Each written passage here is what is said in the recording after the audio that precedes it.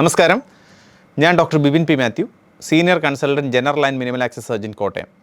ഒരു പ്രധാന സംശയം, അല്ലെങ്കിൽ ഞാൻ എൻ്റെ ക്ലിനിക്കൽ പ്രാക്ടീസിൽ കാണുന്ന ഒരു പ്രധാന സംശയം എന്താണെന്ന് വെച്ച് കഴിഞ്ഞാൽ, രോഗികൾ വരുന്നവരെല്ലാം ഇപ്പം നമ്മുടെ മലദ്വാര സംബന്ധമായ അല്ലെങ്കിൽ പ്രോക്ടോളജിക്കൽ ഇഷ്യൂ ആയിട്ട് വരുന്ന എന്ത് സംശയമാണ്, എല്ലാവർക്കും നമുക്കെല്ലാം പൈൽസാണ്. അപ്പോൾ വരുന്ന ആദ്യം രോഗികൾ എനിക്ക് പൈൽസാണ്. ഞാനിപ്പോൾ ഉടനെ ചോദിക്കുന്ന ചോദ്യമുണ്ട്, ഈ പൈൽസ് എന്ന് വെച്ച് എന്താണ് ഉദ്ദേശിക്കുന്നത്? നിങ്ങൾ മലദ്വാരത്തിന് അവിടെ ഒരു തടിപ്പാണോ, അതോ നിങ്ങൾക്ക് വേദനയാണോ, അതോ ബ്ലീഡിംഗ് ആണോ?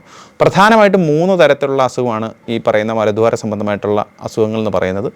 ഏറ്റവും കോമൺ ആയിട്ടുള്ളത് നമ്മുടെ ഹെമറോയിഡ്സ് അഥവാ പൈൽസ്, പിന്നെ നമുക്ക് ഫിഷർ അഥവാ ഒരു മുറിവുണ്ടാകുക. ഫിഷർ എന്ന് പറഞ്ഞാൽ നമ്മുടെ കാലിലൊക്കെ വിണ്ട് കീറുന്ന പോലെ മല മുറുകി പോയിട്ട് അവിടെ ഒരു മുറിവുണ്ടാകുക. പിന്നെ ഫിസ്റ്റുല എന്ന് പറയും. ഫിസ്റ്റുല എന്ന് പറഞ്ഞാൽ ഇടയ്ക്ക് ഒരു പരുവ് വന്ന് പൊട്ടുന്നു, ഇടയ്ക്ക് അതിൽ നിന്ന് ഇങ്ങനെ പഴുപ്പ് വന്നുകൊണ്ടിരിക്കുന്നു ആ ഓപ്പണിങ്ങിൽ നിന്ന്. സോ ഇതെല്ലാം ബേസിക്കലി നമ്മുടെ ഡയറ്ററി ലൈഫ് സ്റ്റൈലിൻ്റെ പ്രോബ്ലമാണ്. നമുക്കൊരു ദിവസം വേണ്ടത് 25 തൊട്ട് 30 ഗ്രാം ഫൈബറാണ്. ഈ ഫൈബർ കണ്ടൻറ്റ് നമ്മുടെ ഭക്ഷണക്രമത്തിൽ ഇല്ലാത്തതാണ് ഇതിൻ്റെ ഏറ്റവും വലിയ പ്രോബ്ലം. ഈ ഫൈബർ കണ്ടൻറ്റ് എന്ന് പറയുന്നത് വെജിറ്റേറിയൻ ഫുഡ്സിൽ മാത്രമേ ഉള്ളൂ. നോൺ വെജിറ്റേറിയൻ ഫുഡ്സിൽ ഫൈബർ ലഭ്യമല്ല. കാരണം ഞാൻ പലപ്പോഴും ക്ലാസ് എടുക്കുമ്പോൾ ഏറ്റവും കോമൺ ആയിട്ട് ചോദിക്കുന്ന ചോദ്യമാണ്, താഴെ പറയുന്ന ഏത് ഭക്ഷണത്തിലാണ് ഏറ്റവും കൂടുതൽ ഫൈബർ ഉള്ളത് എന്ന് ചോദിച്ച് മുട്ട, മത്സ്യം, മാംസം പറയും. എല്ലാവരും ഒന്നേ മുട്ട അല്ല മത്സ്യം എന്ന് മാറി പറയും. അതിനകത്ത് എപ്പോഴും ഞാൻ പറയുന്നത് അത് ആ ഒരു എക്സാമ്പിൾ കാണിച്ചാണ് ഞാൻ പറഞ്ഞത്. ഫൈബർ കണ്ടൻറ്റ് എന്ന് പറയുന്നത് വെജിറ്റേറിയൻ ഫുഡ്സിൽ മാത്രമേ ഉള്ളൂ, നോൺ വെജിറ്റേറിയൻ ഫുഡ്സിൽ ഇല്ല.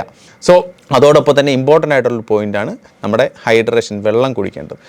നമുക്ക് ഓരോരുത്തർക്കും കുടിക്കേണ്ട വെള്ളത്തിൻ്റെ അളവ് വ്യത്യാസമാണ്. ഏറ്റവും സിമ്പിളായിട്ടുള്ള അത് മനസ്സിലാക്കാനുള്ള രീതി എന്ന് വെച്ചാൽ, നിങ്ങൾ മൂത്രം ഒഴിക്കുമ്പോൾ മൂത്രത്തിന് ഒരു നേരിയ മഞ്ഞ കളർ ആകുന്ന രീതി, അതായത് വലിയൊരു കളർ ഡിഫറൻസ് ഇല്ലാത്ത അല്ലെങ്കിൽ കളർലെസ് അല്ലെങ്കിൽ നേരിയ മഞ്ഞ കളറിൽ പോകുന്ന രീതിയിൽ എത്രമാത്രം വെള്ളം നിങ്ങൾക്ക് വേണോ അത്രയും നിങ്ങൾ കുടിക്കണം.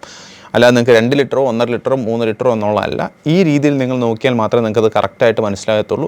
കാരണം ചിലർക്ക് അത് 1.5 ലിറ്റർ ആയിരിക്കും, ചിലർക്ക് 2 ലിറ്റർ ആയിരിക്കും, ചിലപ്പോൾ എക്സസൈസ് ചെയ്യുമ്പോൾ കൂടുതലായിരിക്കും, അല്ലെങ്കിൽ ചൂട് കാലത്ത് കൂടുതലായിരിക്കും.